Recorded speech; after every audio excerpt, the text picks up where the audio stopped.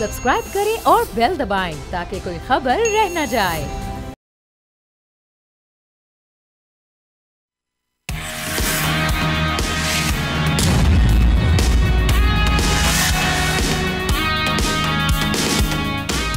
अस्सलामुअलैकुम नाज़रीन, आप देख रहे हैं न्यूज़ पंच। मैं हूं आमना खटाना। लास्ट ईयर अक्टूबर से जारी गजा जंग में अब तक 43,000 से ज़ायद फ़लस्तीनी शहीद हो चुके हैं, जिनमें 70% ख़वातीन और बच्चे हैं। इनफरादी सतह से UN तक हर जगह हर फोरम पर इसराइल की वहशियाना कार्रवाइयों को कंडेम किया गया है, लेकिन उसका असर नहीं हुआ। और अब पहली बार ऐसा हो रहा है कि इस्लामी ममालिक के हवाले से काफ़ी मुत्तहिद और उनका जो स्टांस है उसमें कुछ बेहतरी आई है। सऊदी अरब की सरबराही में गजा और लेबनान में जंग बंदी के लिए इस्लामी ममालिक का हंगामी इजलास हुआ, जिसमें पाकिस्तान और ईरान समेत 50 अरब और इस्लामी ममालिक शरीक हुए। सऊदी क्राउन प्रिंस मोहम्मद बिन सलमान ने गजा और लेबनान में सीज़ फायर का मुतालबा करते हुए कहा कि आलमी बरादरी फ़लस्तीन और लेबनान में हमारे मुसलमान भाइयों के खिलाफ इजरायली जारहियत फौरी रुकवाए और इसराइल ईरान पर हमले से बाज रहे। वज़ीर-ए-आज़म शहबाज शरीफ बोले, गजा पर आलमी बरादरी कब तक आंखें बंद रखेगी। उन्होंने भी इस हवाले से वहाँ पे खिताब किया। अब ये जो हम देख रहे हैं कि इस प्लेटफॉर्म होना, यक आवाज़ होना और साथ ही साथ सऊदी अरब जिस तरह से उसने ईरान से भी बाज रहने का कहा है, जो स्टांस लिए है, अब कुछ उससे बेहतरी आएगी सिचुएशन में। चूँकि सऊदी अरब के जो मामलात हैं, हमने देखा कि अब डोनाल्ड ट्रंप आ चुके हैं और जो सऊदी क्राउन प्रिंस हैं उनकी जो वहाँ पर हम देख रहे हैं कि उनके साथ जो टर्म्स हैं अच्छे टर्म्स हैं, तो उस बेस पर कुछ मामलात में बेहतरी आएगी, कुछ सीज़ फायर की जानिब हम जा सकते हैं। हमारे पैनलिस्ट इसको किस तरह से देख रहे हैं, डिस्कशन का आगाज़ करते हैं। एहतशामुल हक साहब हमारे साथ हैं, डॉक्टर दानिश हैं, ज़ाहिर शाह शराजी हैं, शहजादा जुल्फ़िकार साहब हैं। आप तमाम का बेहद शुक्रिया। डॉक्टर साहब, सबसे पहले आपकी जानिब आएंगे, किस तरह से देख रहे हैं? बहुत शुक्रिया आपका इंट्रो जब मैं सुन रहा था तो मुझे हंसी आ रही थी। बहरहाल आप मालूमात की बुनियाद पर आपने बात की है, लेकिन मैं हक़ाइक़ बता दूं आपको जी कि OIC का जो समिट सऊदी अरब में गैर मामूली इजलास लिखा जा रहा है, गैर मामूली इजलास हुआ। इस इजलास में ख़ास तौर पे पैलेस्टीन, इसराइल और जैसे आपने कहा कि नए डोनाल्ड ट्रंप आए हैं तो पॉलिसीज़ के ऊपर बड़े बयानात आए, लेकिन गैर मामूली इजलास में बहुत मामूली फैसला हुआ है। और क्या चीज़ें आई सामने, बड़ी बड़ी तकरीरें हुई, वो मैं आपके सामने रखता हूँ। अंदर की बात, ईरान का मुतालबा था कि इस्राएली फ़ौज को दहशतगर्द करार दिया जाए। मैं छोटा छोटा पॉइंट्स आपको दे रहा हूँ, टाइम आपके पास कम होता है। शाम इसराइल से सफारती ताल्लुकात जो है वो शाम ने कहा इसराइल से सफारती ताल्लुकात को ख़त्म किया जाए। लेबनान और इसराइल का मुतालबा, अल जज़ीरा का मुतालबा था कि अरब लीग इसराइल को तेल की फराहमी रोकने की बात की, यानी तेल रोका जाए। अरब लीग में भी उन्होंने ये मुतालबा किया था और यहाँ भी ये मुतालबा किया था। महमूद अब्बास साहब ने कहा इसराइल सलामती कौंसल रुकनियत ख़त्म की जाए। पाकिस्तान ने कहा इसराइल को असला की फराहमी रोका जाए, जंगी जराइम पर मुकदमा चलाया जाए। सऊदी अरब ने जो है आपके तनबीह की इसराइल को कि ईरान पर हमले से बाज रहे, लेकिन हुआ क्या? हुआ ये कि उस इजलास के अंदर ये 57 मुस्लिम ममालिक आपस में लड़ पड़े। कोई एक अमली इक़दाम करने को राजी नहीं हुए और आखिर हुआ क्या? वही एक पुरानी रट, वही एक रास्ता, वही एक फैसला, वही एक लाएअमल, वही इजहार किया उन्होंने अपनी प्रेस में, जो मुत्तफिक हुए जिस बात पर। ये सारी तकरीरें हुई, बड़ी बड़ी हुई, और भी बड़ी बड़ी बातें हुई। टाइम नहीं है वरना मैं बताता कितनी बड़ी बड़ी बातें हुई, लेकिन मुत्तफिक किस पे हुए? मुत्तफिक हुए कि सिर्फ इस बात पे मुत्तफिक हुए कि फौरी जंग बंदी की जाए। इजराइल की मजम्मत की गई और इजराइल से कहा गया कि वो फलस्तीन के वो इलाके जो कब्जा किए हैं वो खाली कर दिए जाए। ये है उसका क्रंच जो फैसला हुआ है। अब आइए ये बताइए कि इजराइल जब नेशनल सिक्योरिटी काउंसिल, जो दुनिया की सबसे बड़ी ताकतवर काउंसिल है, जिसमें 15 ताकतवर ममालिक होते हैं, आपने देखा कई दफा अमेरिका ने वीटो किया, आखिरी में वो खामोश हुआ और मुत्तफाका तौर पर यह फैसला हुआ कि फौरी तौर पर जंग बंदी की जाए।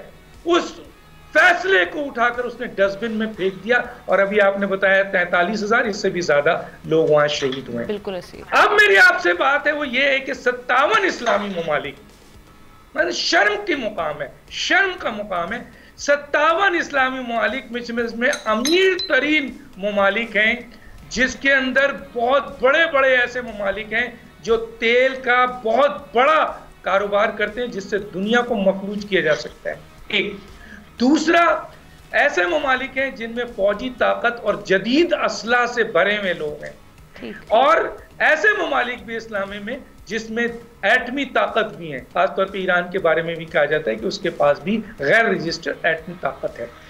वो 57 ममालिक को एक इजराइल छोटा सा तिगनी का नाच नचाता रहता है और इनको धमकियां देता है, और जब चाहता है वो आपके मुसलमानों की नस्ल कशी करता है, फलस्तीनियों में घुस कर मारता है, ईरान को धमकी देता है, पूरी दुनिया, ग्लोबल दुनिया में, यानी इन्फ्लुएंस ये अपना यूज करके इस चीज को, मामले को हल करवा सकते हैं। शाह साहब चलें, कुछ नहीं, थोड़ा बहुत तो, अब ये पहले तो बिल्कुल ही खामोशी थी ना इन ममालिक, कब एक प्लेटफॉर्म पे इकट्ठे नहीं हुए, एक प्लेटफॉर्म से आवाज नहीं गई।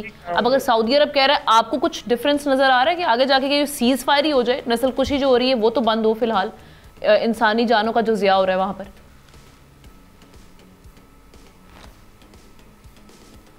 देखिए, मेरे ख्याल में आमना, मुझे तो लगता है ये कहीं किसी कहते हैं लोकल जो जलसा होता है ना, जैसे इससे बेहतर डिमांड्स तो मेरे ख्याल में जो हमारे वेस्टर्न यूनिवर्सिटीज़ के स्टूडेंट्स थे उन्होंने की। कनाडा के अंदर जो मुजाहरे हुए उसमें इससे सख्त डिमांड सामने आई। बड़े अफसोस की बात है, मैं डॉक्टर साहब से बिल्कुल 101% इत्तेफाक करूँगा कि ये जितने रिडेंडेंट ममालिक हैं, मेरे ख्याल में मरे हुए मुसलमान मुल्क जो कि सिर्फ़ और सिर्फ एक ड्रामा करने के लिए इकट्ठे हुए हैं। OIC का ये समिट जो है, सिवाय इसके कि ये आपस में इन्होंने इकट्ठ किया और जो है ना वो कहते हैं खाली जो है वो अपने अपने मुल्कों को चले गए।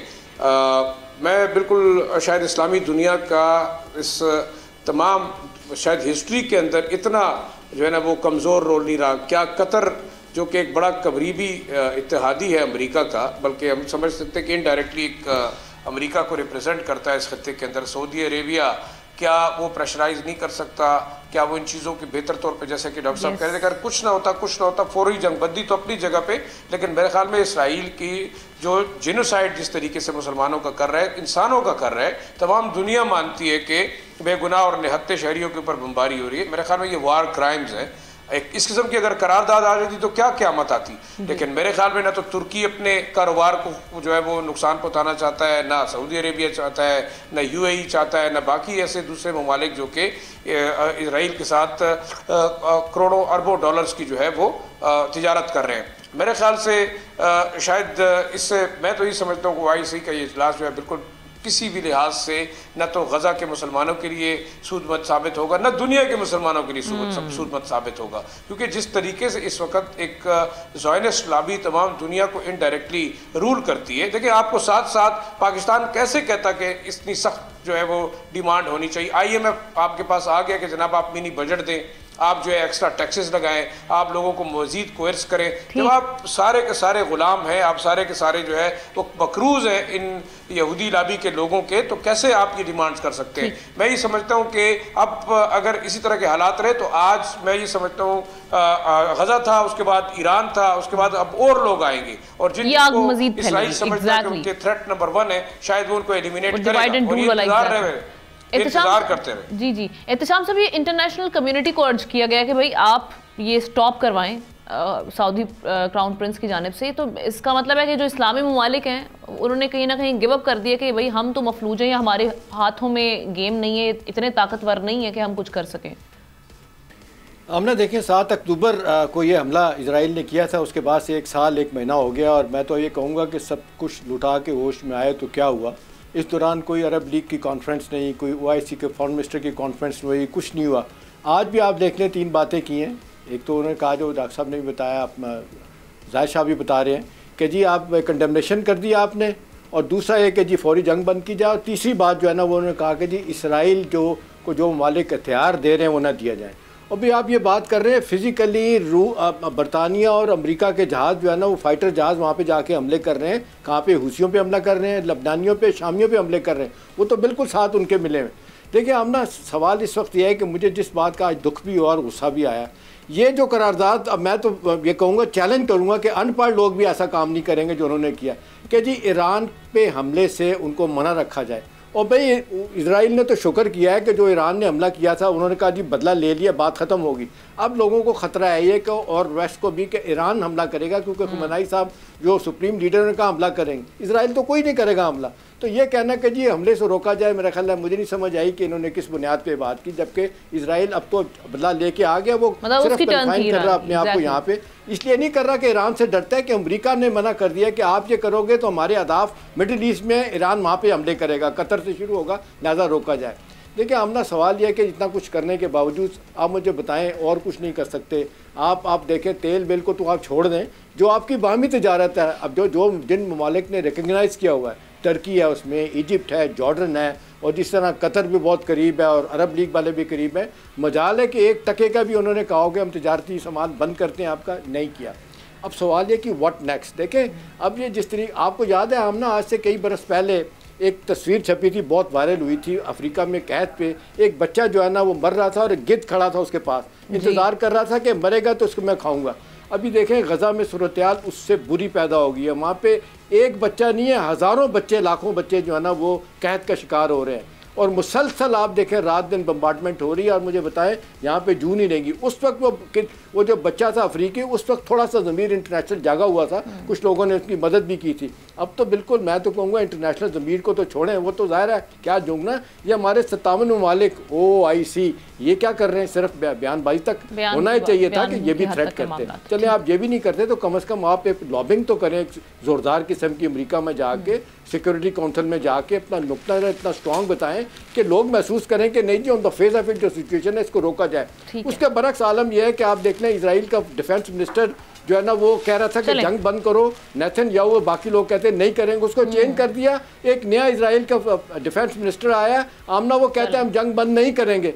आप देखें ये तो कंप्लीट वाइप आउट करने जा रहे हैं मिडिल ईस्ट में मुसलमानों को, वो दिखाई दे रहा है जो उनका प्लान है। तो आप तमाशा देख रहे हैं, कोई फायदा नहीं इस तरह के। ठीक है जुल्फिकार साहब, आपको भी लग रहा है कि इनकी इंटेंट ही नहीं है, ये अभी भी ये ज़बानी जमा खर्च है और आगे जाके संजीदा एफर्ट्स नहीं होने वाली इस सिलसिले में? क्योंकि हमें एक उम्मीद नज़र आई थी कि शायद इस प्लेटफॉर्म से हम जैसे जो थोड़े से मासूम माइंड्स कह लें या बेवकूफ़ माइंड्स कह लें कि हम समझ सके थे कि शायद अब सऊदी अरब ने आके थोड़ी सी बात उठाई है और ट्रंप साहब भी आ गए हैं, तो शायद अब मामला कुछ बेहतर हो।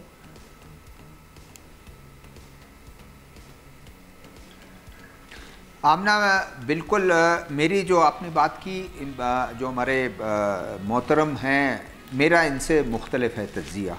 ठीक है, इनका तज्जिया, इनकी जो क्रिटिसिज़म है वो बिल्कुल ये तर्जुमानी करती है उन लोगों की जो अवाम ये मुसलमान देखते हैं कि हमारे मुसलमान ममालिक दौलत भी उनकी तेल की उनके पास है, अमीर हैं, सारा कुछ है, और वो सिर्फ़ एक रेजोल्यूशन तक रहते हैं।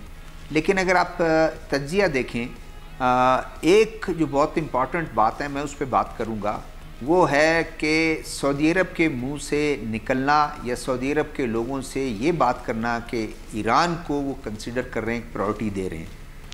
इससे पहले भी जो कुछ होता रहा वो अगर बल्कि उन्होंने तो बहुत ज़्यादा जो है ईरान के ख़िलाफ़ इस्तेमाल होने के लिए बड़ा किरदार भी अदा किया, लेकिन अभी जो है वो ईरान के लिए उनकी एक सॉफ्ट कॉर्नर भी पिछले कोई 1 हफ़्ते पहले या 4 दिन पहले एक हाई लेवल सऊदी फ़ौज का जो एक डेलीगेशन है वो ईरान विज़िट उसने किया है, वो ऐसे नहीं है, उसमें भी कोई अंडरस्टैंडिंग उनकी है, और उससे जिस तरह इनके राब्ते हाई लेवल पर इनके साथ होते रहें। और सऊदी के ये भी काफ़ी परेशानी की बात है वेस्टर्न उसमें कि सऊदी अरब क्यों दिफा कर रहा है ईरान का, ईरान की सालमियत जो है वो उसको कैसे रातों रात हो या उसके बाद कैसे आ गई। ये फिर वही वाली बात है कि चीन का एक वो था कि 2 साल से चीन ने उनको क्लोज़ किया, इकट्ठा किया। आज वो लिबनान को भी कंडेम करने की बात कर रहे हैं कि लिबनान पे जो हमले हो रहे हैं, ईरान की सालमियत की भी बात करता है, ये एक हुआ है। हाँ, ज़रूर हम ये कह सकते हैं कि इससे कोई अगला इकदाम भी इनका इस मुस्लिम ममालिक का और अरब जो ममालिक हैं इनका होता कि हम क्या कर देंगे। मेरे ख्याल में अगर आप उसमें देखें, इंटरनेशनल उसमें अगर आप देखें कर भी क्या सकते हैं। आपने सारा कुछ जो है वेस्टर्न और अमेरिका के साथ अपने ताल्लुक़ और उसमें आपने लगा दिया, सब कहीं ना कहीं से उनकी डोर कहीं ना कहीं फंसी हुई है। लास्ट बात मेरी ये बात ये है कि ये अगर आप ये देखें, बाज़ लोग तो ये भी तज्जिया करते हैं कि हमास को ये ख़तरा हो गया था कि सऊदी अरब और इज़राइल बहुत क्लोज़ हो गए हैं, बल्कि आपने देखा कि वो तो उससे तमाम चीज़ें उसके सफारती ताल्लुकात को फुल फ्लेज उसको जो है वो कर रहा था, जिस पे हमास और फ़लस्तीन का ये ख्याल, फ़लस्तीनियों का ये ख्याल था कि अगर सऊदी अरब जो लीड करता है मिडिल ईस्ट के तमाम उसको, अगर उसकी ताल्लुकात उनके साथ सही हो जाते हैं, बाकी पीछे रह क्या जाता है, फ़लस्तीन का मामला हमेशा हमेशा के लिए दफन हो जाएगा। ये हॉकिश एलिमेंट कहते हैं कि ये बेहतर था। बता दूं आपको, आखिरी बात आज ट्रंप के ऊपर लोग जो है ना तवक्को कर रहे हैं लोगों का। सर मैं कंप्लीट कर दूं, सर मैं कंप्लीट कर दूं, मैं सिर्फ उसको ख़त्म करता हूं फिर आप बात करें उसको। वो ये कि अगर हॉकिश एलिमेंट कहते हैं कि 40-50 हज़ार के हमने खून वो दिया तो सही, कुर्बान तो किया, लेकिन कम से कम ये हुआ कि हमेशा हमेशा के लिए हमारा जो इशू है वो दफन नहीं हुआ। ये एक उसका है, मैं इस तरह उसको देखता हूँ। जी एहतेशाम साहब क्विकली। अब ना एक सिर्फ मैं कहूँगा, अब ना एक इजरायली अखबार ने आज एक दावा किया है कि एक दबाव बड़ा शदीद है कि ट्रंप ने कन्वे कर दिया नेतन्याहू को कि इस जंग को जल्दी निपटाए। तो मुझे लगता है ओआईसी अरब लीग तो नहीं कुछ करना, ये उनके मिडिल ईस्ट के जो अहदाफ अमेरिका में उसको रखते हुए शायद ये दबाव में नेतन्याहू पीछे हटे, जो इजरायली अखबार ने दावा किया है। ब्रेक लेते हैं, ब्रेक के बाद वापस आते हैं, स्टोरीज हमारे पास, उस पर डिस्कशन करेंगे।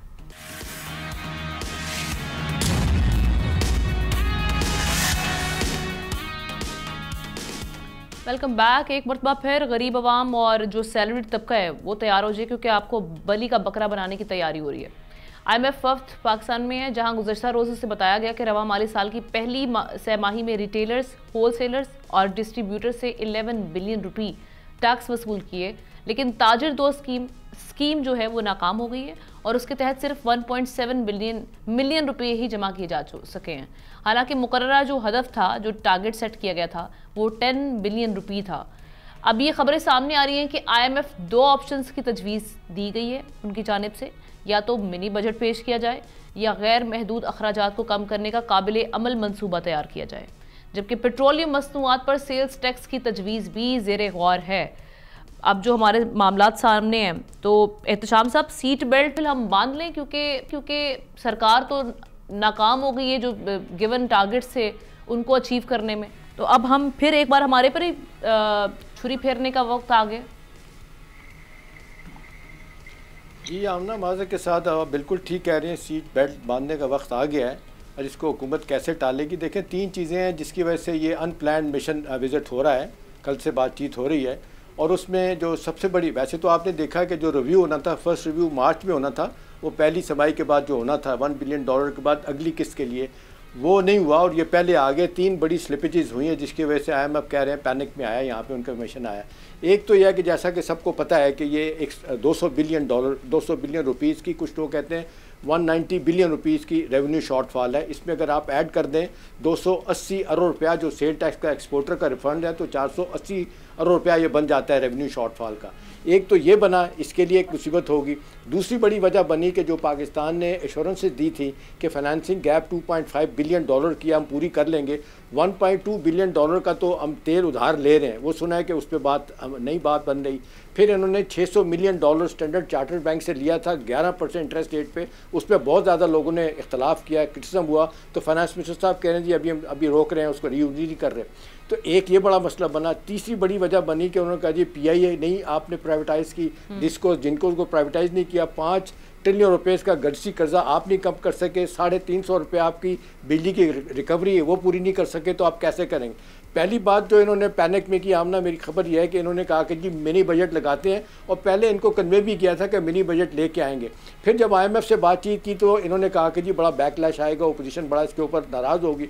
उन्होंने कहा जी हमें नहीं पता, आप बताएंगे रेवेन्यू शॉर्टफॉल पूरा कैसे करना है। अब मिनी बजट की बात तो नहीं कर रहे, लेकिन ये कह रहे हैं कि जी एडवांस सेल टैक्स हम इकट्ठा करेंगे, प्लस हम सप्लाईज के ऊपर इनकम टैक्स बढ़ाएंगे, ये अपना क्या कहते हैं क्या होता है ये आपका विदहोल्डिंग टैक्स, इसको हम बढ़ाएंगे। साथ साथ ये भी कहा जा रहा है कि जी ये फिर एक दफ़ा फिर जो सैलरी क्लास है इनके ऊपर भी बोझ डालना पड़ेगा। इसके बाद से तो हमने कोई चीज़ रह नहीं गई कि IMF इनके साथ बातचीत करे। हाँ, एक बात जो अच्छी है, उन्होंने इन राइटिंग लिख के दे दिया है कि जो हमारे साथ आपने तय किया था कि जी जनवरी से, आने वाली जनवरी से आप ज़राअत पे इनकम टैक्स लागू करेंगे, इसके लिए इन्होंने लिख के दिया है कि जी चारों सूबाई असम्बलियाँ इस हवाले से लेजिस्लेशन करेंगी तो काम करेंगे। एक अच्छी चीज़ हुई है हमने 2.5 ट्रिलियन रुपीज़ का ये जो स्टेट बैंक ने प्रॉफिट कमाया वो 1% GDP का है, ये एक अच्छा है, जिसके लिए कह रहे हैं कि हम सूद की मद में पैसा देंगे। सवाल ये कि हमने अब बिजली का जो 8.5% जो है ना कम इस्तेमाल हुई है सोलर लगाने की वजह से, अब वो भी वो कह रहे हैं ये कैसे हम पूरा करेंगे। एक तरफ आपने सहूलत दी, अब लोगों के साथ आप ये कह रहे हैं, तो मेरा ख्याल है इनके लिए बहुत मुश्किल होगी चीज़ है। जी डॉक्टर साहब, ये अनरियलिस्टिक टारगेट था जो अचीव नहीं कर पाए, इनकॉम्पिटेंसी, और अब ये किस जानिब जाएंगे, मिनी बजट या दूसरी जो ऑप्शन है? बहुत शुक्रिया आपका। IMF के 5 में से 3 शराइत सहमाई के जो हैं वो हुकूमत पाकिस्तान और मुख्तलिफ सूबे जो हैं वो टारगेट, ख़ास तौर पर पंजाब जो है वो कर नहीं सका। 160 बिलियन रुपीस का शॉर्टफॉल है, इसके ऊपर किसी वक्त बात करेंगे। लेकिन आपका जो पर्टिकुलर सवाल है वो ये है कि IMF, देखें IMF इन पर ज़बरदस्ती नहीं करता। उसने कहा है कि भाई जो हमारे साथ तय हुआ है वो करें, और उस तय करने में वो कहता है कि 2 तरीक़े हैं, या तो आप हुकूमत पाकिस्तान जो बेकाबू अखराजात हैं उसको कंट्रोल करे, और अगर नहीं करेगी तो 2 बुनियाद है, या तो इनकॉम्पिटेंसी है या ये अय्याशी है, ठीक है ना। वो कर ले तो मामला हल हो जाते हैं, और अगर आप नहीं करेंगे तो फिर आप टैक्स लगाएं, और टैक्स लगाएंगे और मिनी बजट दें। तो IMF आप पर कोई बदमाशी नहीं कर रही है, ये आपकी नाअहलियत है। अब आइए कि देखिए, पेट्रोलियम मसनूआत पर 2 किस्म की चीज़ें अब आ गई हैं, और इसका बराह रास्त नुकसान जो है वो अवाम को फेस करना पड़ेगा। कैसे? अब लेवी पे पेट्रोलियम लेवी क्या है भाई? एक फिक्स चार्ज है जो कि हुकूमत पाकिस्तान पेट्रोल, डीजल और दीगर जो पेट्रोलियम की मसनूआत है उस पर लगाती है।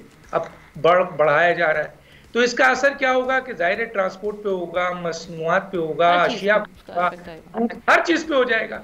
तो किसको नुकसान पहुंचेगा? आम पाकिस्तानी। अच्छा, दूसरा आप देखिए कि GST हालांकि ख़त्म किया था, पहले लगा था, हटा दिया था, अब GST को दोबारा ला रहे हैं। अब GST जो है उसका क्या है? पेट्रोलियम मसनूआत के ऊपर शोबे में जो टैक्स लगने जा रहा है, ये सेल्स टैक्स है, जनरल सेल्स टैक्स। अब एक तरफ लेवी जो जिससे आप पेट्रोलियम मसनूआत पर प्रेशर डालकर पैसा अर्न कर रहे हैं, यानी हुकूमत अपने शॉर्टफॉल को यहां से पूरा कर रही है।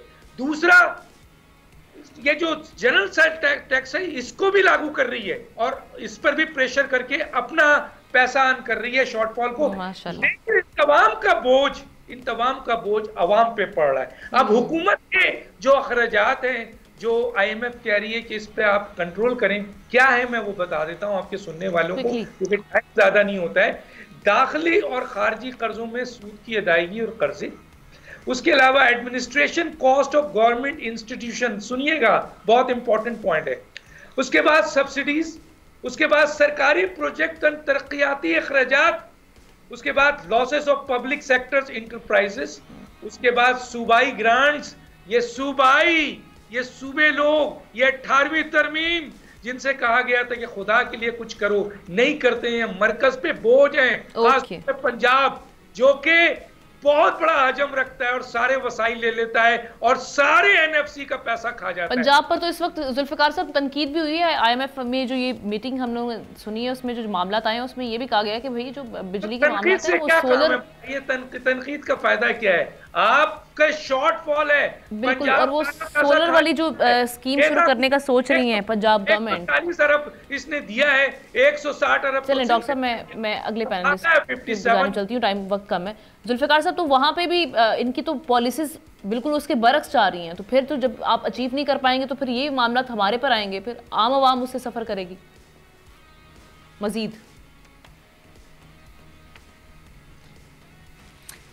आमना देखें, आवाम तो हमेशा सफ़र करती है किसी भी उसमें, और वैसे भी जो गवर्नमेंट के ख़र्चे अखराजात हैं, अगर वो अपने ख़र्चे अखराजात कम करें तो उसमें लोगों का ये होता है कि चलें उन्होंने अब ख़र्चे अखराजात कम किए और थोड़ा बहुत बोझ हम पर डाला, हम बर्दाश्त कर लेंगे मुल्क की खातिर, कौम की खातिर।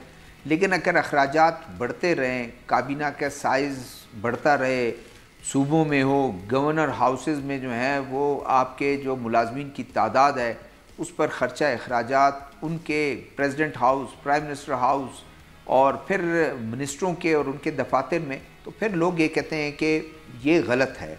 और मेरे ख्याल में अब इन्होंने, जो हमारे पैनलिस्ट हैं, इन्होंने तो उस पर डिटेल से बात कर दी कि क्या क्या शराइत थे, क्या है, और बात बिल्कुल यही है कि इन्होंने कुछ शराइत पूरे करने हैं। IMF ने कोई, उनको आप ही गए थे IMF के पास, IMF आपके पास नहीं आया था कि मिन्नत नहीं कर रहा था कि हमसे कर्जा ले लो। आपकी मुश्किलात ये थी, आपकी मुश्किलात में आपने उनको यकीनदानी कराई थी हम ये चीज़ें, इस तरह आपके रेवेन्यूज़, आपके कर्जे आपके लौटाएंगे और ये रोड मैप होगा हमारा। उसके बाद भी अगर आप हासिल नहीं कर सके तो फिर तरीक़ाकार आपको सोचना है। आपने अवाम पे बोझ डालना है, अवाम भी चीखेगी, अवाम भी चिल्लाएगी कि आपने पेट्रोल पहले से अब तक कोई बहुत ही कम उस पर आ गया है। आपने खुद मुश्किलात के तहत जो है वो ऑब्वियसली फिर आवाम तो चीखेगी, चिल्लाएगी और फिर एग्जॉस्ट होकर अब दोबारा से आप GST लगाएंगे, 10 एग्जॉस्ट होकर मामला फिर वही होंगे जो ये लोग कभी हम देखते रहे, महंगाई मार्च करते रहे हैं, उसकी क़यादत करते रहे हैं यही हुकूमत। देखिए मुझे जो नज़र आता है, महंगाई पे अगर किसी ने बात की हो, मुझे जमात इस्लामी जो उसने बात की है, लोगों के उस प्रेशर की वो बात कर रही है। उसके अलावा तो गवर्नमेंट में बैठी हुई है पार्टी या पोजीशन में पार्टी बैठी हुई है, वो तो एक दूसरे से लड़ रही है, उसी में हो गए। महंगाई का, आवाम का किसी की तवज्जो नहीं है, किसी ने उस पर नहीं किया। सब अपने अपने जो है वो पावर्स को बढ़ाने के चक्कर में है, उनको देखें। जी आमना, मेरे ख्याल में मैं तो ये समझता हूँ कि इस वक्त अगर देखा जाए तो IMF के ऑपरेशन में और ईस्ट इंडिया कंपनी के ऑपरेशन में, जो कि यूनाइटेड इंडिया और सब कॉन्टिनेंट को जिस तरीके से लूटा उन्होंने, उसमें कोई फ़र्क नज़र नहीं आता। उन्होंने बड़ी टैक्टफुली लोगों को जो है उनके जो किसानों को उनके ज़राअत से जो है वो सारा छीन लिया, लोगों से उनके जो है वो कारोबार छीन लिए, अनड्यू टैक्सेस लगा के जो उनके फ्रंट्समैन थे उनके ज़रिए। तो अब आप देख लें, मेरे ख्याल में IMF पाकिस्तान के अंदर वही कुछ कर रही है जो कि ईस्ट इंडिया कंपनी ने उस ज़माने में वाक़ किया। नवाबों को जागीरें दी, वहाँ पे जो है वो आहिस्ता आहिस्ता जिस तरीके से जो अशराफिया थे उनको अपना फ्रंट मैन बनाया, गरीबों का खून चूसा। तो आप इस वक्त देखें IMF के ऑपरेशन में और ईस्ट इंडिया कंपनी के ऑपरेशन में कोई फ़र्क नहीं है, ये सेम मॉडल के ऊपर काम कर रहे हैं और वो जा किस तरफ रहे हैं। मेरे ख्याल में हमारे अशराफिया को तो फिक्र नहीं है। इस दफ़ा अगर अब मिनी बजट आता है या एडिशनल टैक्स लगते हैं तो जोर किससे निकलेगा। मैंने ये भी सुना है कि 45% तकरीबन आप सैलरीड क्लास पे टैक्स लगा लेंगे डायरेक्ट, तो उसके बाद क्या होगा। उसके मेरे ख्याल में इनडायरेक्ट टैक्सेस तो ऑलरेडी बाकी 50% उनकी जो सैलरीज हैं वो इस चक्कर में चली जाएंगी क्योंकि वो रजिस्टर्ड लोग हैं। दूसरा एग्रीकल्चर टैक्स की जब आप बात करें तो एग्रीकल्चर के लिए हुकूमत के पास है क्या। आप इस वक्त देखिए, मेरे ख्याल में लोग तो वैसे भी जो है वो ज़राअत से जान छुड़ा रहे हैं क्योंकि एक नॉन प्रॉफिटेबल किस्म का जो हमारा एग्रीकल्चर सेक्टर है वो बनता जा रहा है क्योंकि मुनाफा कुछ है नहीं। लोग जा रहे हैं वो क्लमजी हाउसिंग सोसाइटीज़ के ऊपर, वो जो है वो ज़्यादा से ज़्यादा जो है वो प्रॉपर्टी डीलिंग की तरफ। तो मेरे ख्याल में ये एक बहुत बड़ा अलमिया होगा पाकिस्तान का, और IMF और उनके जो फ्रंट मैन है वो मुख्तलिफ तरीक़ों से पाकिस्तान की जो दौलत है वो हथियाने जा रहे हैं। रीज़न क्या है कि हमारे जो जैसे हमारे कंपनी के आलाकार बनते हैं, हमारे जो इस वक्त हुक्मरान है, आलाकार है, जो हमारे अशराफिया हैं, बार बार देखिए हमारे वसाइल हम दे रहे हैं ना। आप देखें IMF ये बात क्यों नहीं करती कि आप जो है उन लोगों के ऊपर कट लगाएं जो कि मेरे ख्याल में जो इंजॉय कर रहे हैं पर्क्स और प्रिविलेजेस। आपने जजेस के कितने ज्यादा कर दिए, आपके ब्यूरोक्रेट्स कितने इंजॉय कर रहे हैं, 10-10, 15-15 गाड़ियां वो एंजॉय कर रहे हैं। तो मेरे ख्याल में IMF को ये भी नजर आना चाहिए कि आप अपने इन अशराफिया के ऊपर कट लगाएं ना, आप गरीबों को कितना खून चूसे। IMF के शराइत में यही है शिराजी साहब कि आप बड़ों पर अशराफिया के लिए नहीं, बिल्कुल इस तरह के मामला। ठीक है, चलें ब्रेक ले लेते हैं, ब्रेक के बाद वापस आते हैं मजीद।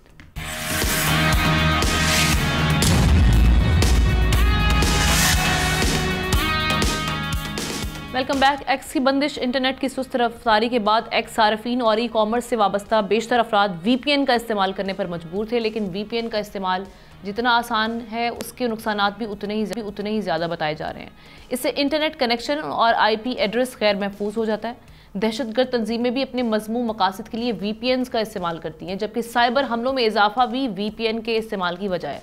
Caspar sky response and detection team report के मुताबिक पाकिस्तान में साल 2023 की पहली छमाही की निस्बत साल 2024 की पहली छमाही में जासूसी की गरज से किए गए साइबर हमलों में 300% इजाफा हुआ, जबकि पाकिस्तानी टेली कम्युनिकेशन अथॉरिटी के मुताबिक जून 2024 के बाद VPN के इस्तेमाल में 131% इजाफा हुआ। 138 मिलियन में से 41.4 मिलियन इंटरनेट सार्फिन पाकिस्तान में VPN का इस्तेमाल कर रहे हैं, लेकिन मुल्क को महफूज बनाने, इंटरनेट सार्फिन का डेटा महफूज करने और दहशत गर्दाना कार्रवाइयों की रोकथाम के लिए अब हुकूमत ये कह रही है कि नॉन रजिस्टर्ड VPNs पर पाबंदी लगा दी गई है। सवाल ये है कि ये से क्या वाकई सिक्योरिटी बेहतर बनाने में मदद मिलेगी और क्या यही इंटेंट है? आगाज़ करेंगे जुल्फ़िकार साहब। देखिए, ये मुश्किल आपकी वो चाइना में भी है, आपके सऊदी अरब में भी है, आपके दुबई में भी है, और दुबई UAE के काफ़ी उसमें है कि आप VPN से ही बात कर, व्हाट्सएप चल रहा है, आप उनको कोई मैसेज कर सकते हैं, वॉइस नोट भेज सकते हैं, आप बात नहीं कर सकते। और चाइना में तो ये है कि व्हाट्सएप चलेगा नहीं जब तक आप VPN स्टार्ट नहीं करेंगे, वहाँ भी VPN है। और हैरत अंगेज़ बात यह है कि 20,500 या लगभग इतने जो हैं VPN जो हैं वो हैं और काम कर रहे हैं। और ये उस वक्त से इजाफ़ा हुआ है जब PDM की हुकूमत आई और उसके बाद PTI और गवर्नमेंट की जो एक सिलसिला चला, उसके बाद VPN पे गवर्नमेंट ने सख्ती की कि यही सोशल मीडिया जो है हमारे लिए जो है मुसीबत का बायस बनती है, लिहाजा इसको लेके आए। और ये चीज़ें चलती है, ये आप या तो कंप्लीट बिल्कुल बंद कर देंगे, फायरवॉल का भी हम सुन रहे हैं कि फायरवॉल वो करेंगे तो उसमें कंप्लीट चीज़ें फ़िल्टर होंगी और वही चीज़ जो आ सकेंगी, दूसरी तरफ हमारे आपके पास जो फ़िल्टर होके ठीक है, अदरवाइज़ वो उधर ही टकरा के वहीं उस फ़िल्टर के उस पार ही होगी। ये चीज़ें वो चल रही हैं और गवर्नमेंट के लिए परेशानी यही है कि हमने VPN, क्योंकि ये जो अल्टरनेट तरीका है इसको बंद करें ताकि बिल्कुल एक वो चीज़ें आएँ जो हम समझते हैं कि वो चीज़ें आनी चाहिए। जी एहतशाम साहब।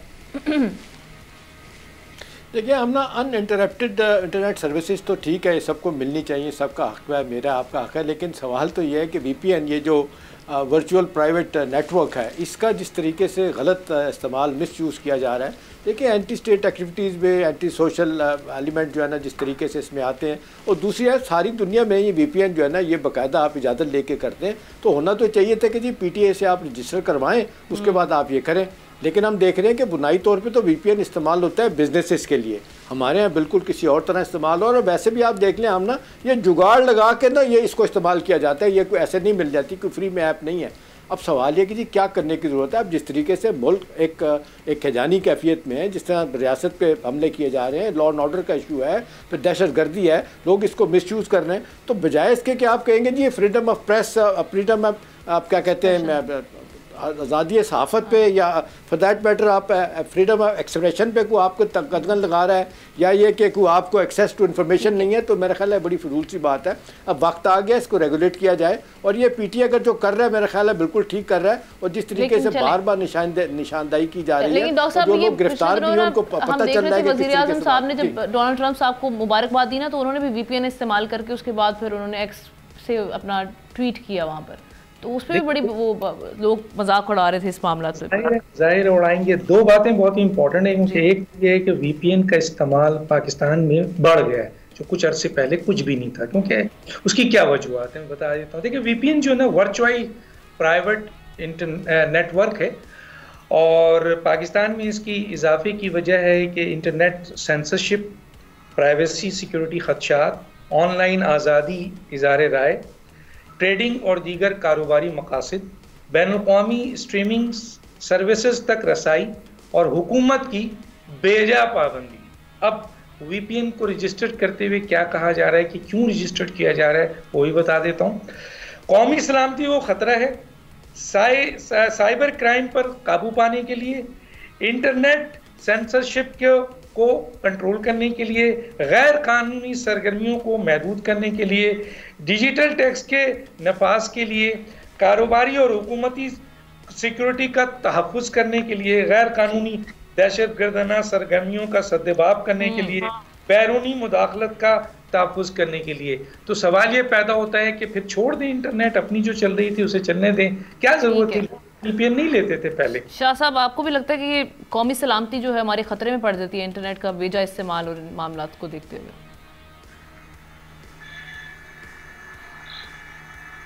मैं तो वैसे हैरान हूँ अपने इन प्लानर्स के ऊपर कि जिस मुल्क के अंदर 12 घंटे बिजली नहीं होती और देहात में 18 घंटे नहीं होती, जिस मुल्क में आपके मोबाइल टावर्स काम करना छोड़ देते हैं क्योंकि उन्होंने भी आहिस्ता आहिस्ता अपनी चीज़ें वाइंड अप करनी शुरू कर दी हैं, तो समझ नहीं आती। मेरे ख्याल में जैसे डॉक्टर साहब ने कहा कि हम ये कर लेते हैं कि हम दोबारा डाक के ज़माने में चले जाते हैं, साइकिलें दे के लोगों को कहते हैं एक दूसरे को ख़त व किताबत भेजा करेंगे। हम ईमेल्स क्यों करते हैं, हम फिजिकल मेल्स दोबारा शुरू कर देते हैं, डाक के निज़ाम को बेहतर कर देते हैं। क्या ख्याल है? मेरे ख्याल में हमारा वैसे भी डाकखाने का निज़ाम जो है बड़ा पीछे चला गया था। कि बदकिस्मती ये है कि मेरे ख्याल से आपने प्लानिंग नहीं की ना इस किस्म की चीज़ों को टैकल करने के लिए, आपने अपनी कैपेसिटी नहीं बढ़ाई, आपने जो है इन चीज़ों को डील करने के लिए अपना जो आपके जो जहाँ पे IT मिनिस्टर, मैं उसको दोबारा क्या दोहराऊंगा, हालात ऐसे हों, आप मेरे ख्याल में वो कुछ कर रहे हैं कि जो कि शायद नहीं करना चाहिए। आप फायरवॉल लेके आ रहे हैं $40 बिलियन की, उसके अलावा आप मजीद क्या करना चाहते हैं? बेशक आप चीज़ों को रेगुलराइज करें, रेगुलेट करें, लेकिन आप अपनी कैपेसिटी को बढ़ाएं कि आप इस किस्म के चैलेंजेस को काउंटर कैसे करेंगे। क्या दुनिया में इस तरह हो रहा है? आप देखें, बिल्कुल चाइना के अंदर WeChat का मैकेनिज्म है, उनका अपना एक निज़ाम है, वो आपके Gmail सिस्टम के ऊपर नहीं जाते, आपके WhatsApp के ऊपर यूज़ नहीं करते, लेकिन बेशक आप उन्होंने अपनी एक ज़ाहिर बात है कि अपने अवाम को मज़ीद उस कर्ब से नहीं गुजारना चाह रहे। तो आप अगर वाकई दोबारा ये चीज़ें कर रहे हैं तो फिर दोबारा एक शोर शरार उठेगा कि ये जो है एक कदगन है। लेकिन रेगुलेशन के मैं मुखालिफ नहीं हूँ, लेकिन इस किस्म के इकदाम मेरे ख्याल में इसमें हुकूमत की दोबारा इल्म नजर आती है, इल इंटेंशन नजर सवालात बार बार उठते हैं। और जिस तरीके से PTA इसमें आंख मचोली वाला किरदार हम देखते हैं कि जब से सारे मामला चल रहे हैं, PTA के जो मिक्स किस्म के या एम्बिगुअस किस्म के स्टेटमेंट आ रही हैं, उससे मजीद सवालात जन्म ले रहे हैं। तमाम पैनलिस्ट का मैं शुक्रिया अदा करूँगी। आपसे कल मुलाकात करते हैं। प्रोग्राम का वक्त खत्म हो जाता है। अल्लाह हाफ़िज़।